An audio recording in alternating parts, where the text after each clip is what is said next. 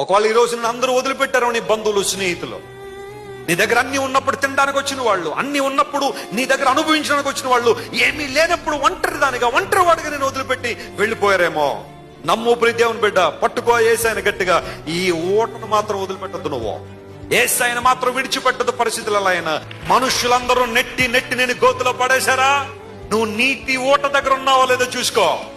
దేవుడు నిన్నే ఒక రోజున ప్రపంచానికి ఎలా మారుస్తాడు. ఆయన దీవెనకరంగా మారు. ఎవరైతే నేను తృణీకరించారో వారే నీ పాదాల దగ్గరికి వస్తారని బైబిల్లో రాయబడిన. దేవుడు తీసుకొస్తాడు వాళ్ళని నీ దగ్గరికి. ఈ రోజు నేను ఎవరైతే తిరస్కరిస్తున్నారో, ఎవరైతే నేను కాదంటున్నారో, ఎవరైతే నేను కాదని నెట్టేశారో పక్కకి, remember my friend, God is gonna exalt you in front of their lives. వారి జీవితాల ముందే దేవుడు నిన్ను హెచ్చించడానికి ఆయన ఎప్పుడు సిద్ధంగానే ఉన్నాడు. స్తోత్రం చెప్పండి, హల్లెలూయా. ప్రపంచంలో డబ్బు గాని, అందము గాని, హోదా గాని, స్నేహితులు గాని, బంధువులు గాని, లోక సంబంధం అనుభవాలు గాని ఇవ్వలేని సంతృప్తి నా యేసయ్య దగ్గర ఉంది. దేవుడు నామమున స్తోత్రం కలుగును గాక.